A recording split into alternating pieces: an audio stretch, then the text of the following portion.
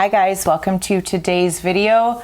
We are going to be chatting sleep today, but we are not going to be chatting about your children's sleep.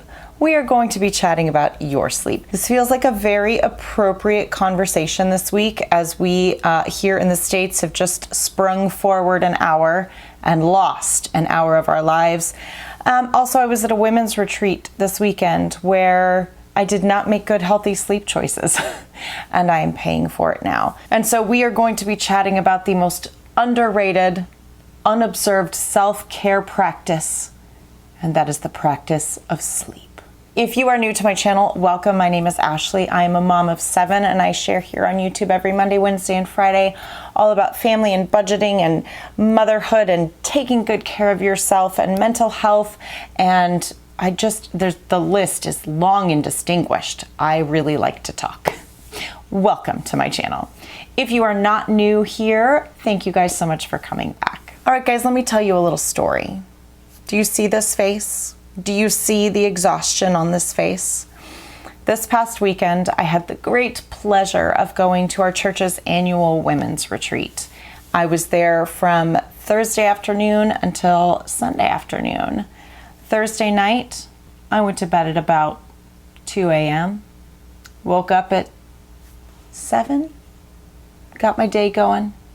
Friday night, I think I was up until, might have gone to bed slightly earlier Friday night, maybe like midnight, 1 a.m. And then Saturday night, I was awake to watch the clock change from 1:59 to 3 a.m. And each morning I was up between 7 and 8. So I did not sleep well this past weekend. It was a conscious decision. It was a choice that I made because I was prioritizing spending time with these women, conversations, fun, laughter, praying with one another. I was prioritizing that over sleep this weekend. So it was a conscious decision. And there were women who absolutely made the conscious decision to go to bed at a reasonable hour because they wanted to rest this weekend. They wanted sleep. But because I prioritize sleep in my everyday life, most of the time, it was something that I was willing to let go of this weekend in order to have that fellowship time. But you guys, I'm paying for it. I am paying for it. I came home Sunday night and I went to bed at about 9, which is pretty normal for me, 9:30, and I slept. I slept until 8 a.m. I don't ever sleep that late or that much. And I am still exhausted today. Last night, I went to bed probably around 10, and once again, slept until like 7:30. That's a good chunk of sleep, but you can't make up a sleep deficit in 1 or 2 nights. It will probably take me all week to kind of rebuild my body's restorative sleep stores. I'm not exactly sure how that all works, but it's gonna take me all week to kind of get back to feeling normal with my sleep. So here's the thing, guys. An occasional weekend of sleep deprivation was probably fine. A lifestyle of sleep deprivation where you tell yourself, I only need 5 or 6 hours of sleep, or you only allow yourself to get 5 or 6 hours of sleep, it is very unhealthy for your body in a multitude of ways. And sleep deprivation is used as a torture tactic for a reason, because it diminishes so much of our cognitive ability. It weakens our resolve, it weakens our immune system. A lack of sleep will make you miserable. I think about all of the times where I have made terrible decisions in my life, and lack of sleep is almost always involved. And you might think, oh, I sleep okay. I'm in bed by, midnight, 1 a.m. and I get up at like 7. I get like 6 hours of sleep every night. And I know that some people say that like, oh, there's people who really only need 6 hours. I don't believe that. And I could be wrong, but what I think happens is that we train our bodies to get used to so little sleep, so we're functioning okay. Like we are getting through our days, we're functioning all right, but maybe like we can't get through the afternoon without a venti coffee or a sugar hit, or, maybe you're just drinking coffee all day long and you think like, oh, caffeine doesn't affect me, it doesn't keep me up at night, and yet you're still up until 1 a.m.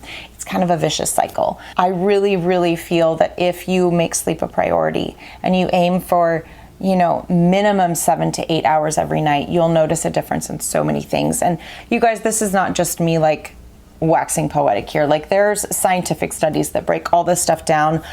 I'm going to encourage you to not just believe me, but to go like do some Google research of your own. You have the world at your fingertips.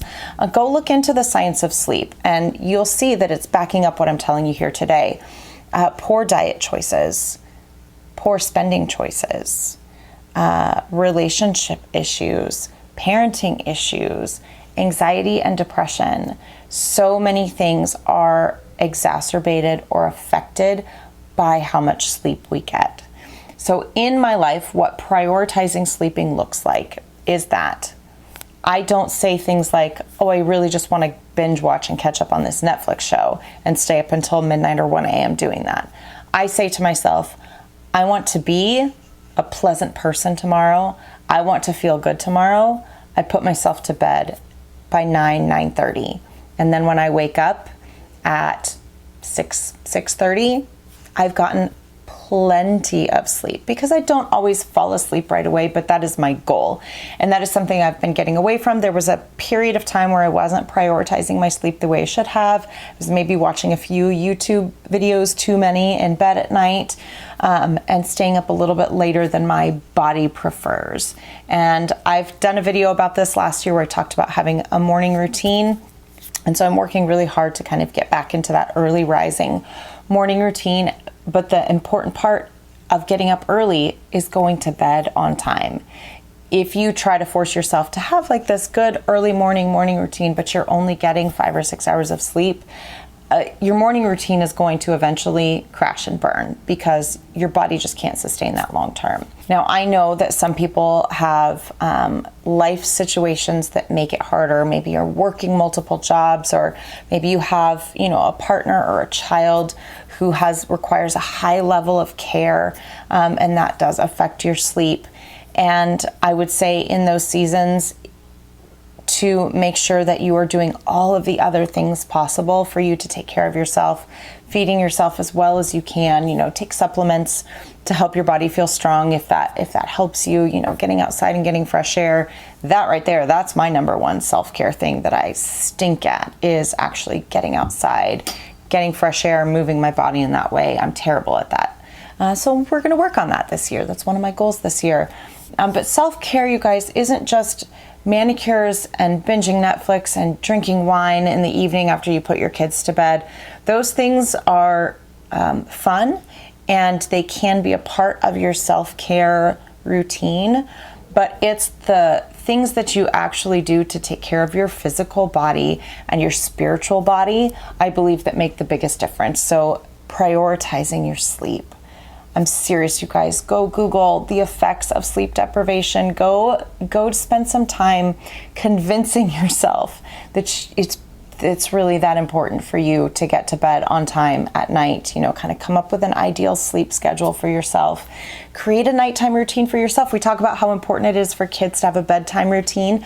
So, teach their bodies, like, now it's time to wind down and get to sleep. Like, we know how important it is for our kids, but we don't prioritize ourselves enough to love ourselves enough to put ourselves to bed, to get that sleep, because you can binge watch Netflix all night long and it's not going to make you a better mom tomorrow. It's just not.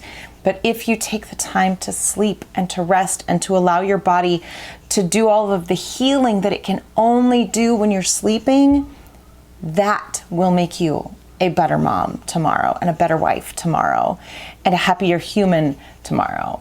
Prioritizing your physical needs with, sleep and with food and with fresh air, and your spiritual needs, for me, that's time spent in the Word and time spent in prayer.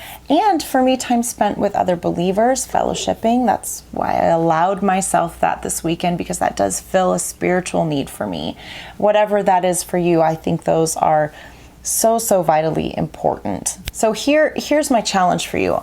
I'm tired, you guys, and I know you can hear it in my voice, and I feel like this video probably is coming across a little bit scattered, but I just really felt like I wanted to talk about the importance of sleep as self-care and how vital it is to begin to view it that way. And I want to challenge you guys. I want to challenge you to, like I said, take a little bit of time and do a little research on sleep. Notice things like hours of sleep that are important.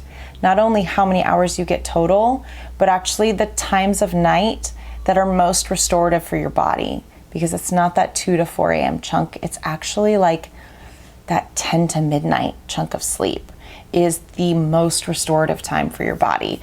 So go do some research on that. And then I want you to make yourself a self-care sleep plan and commit to yourself 14 days, a month of practicing sleep as self-care, and notice how you feel, and notice how you go through your days, and notice, does it affect your decision-making abilities?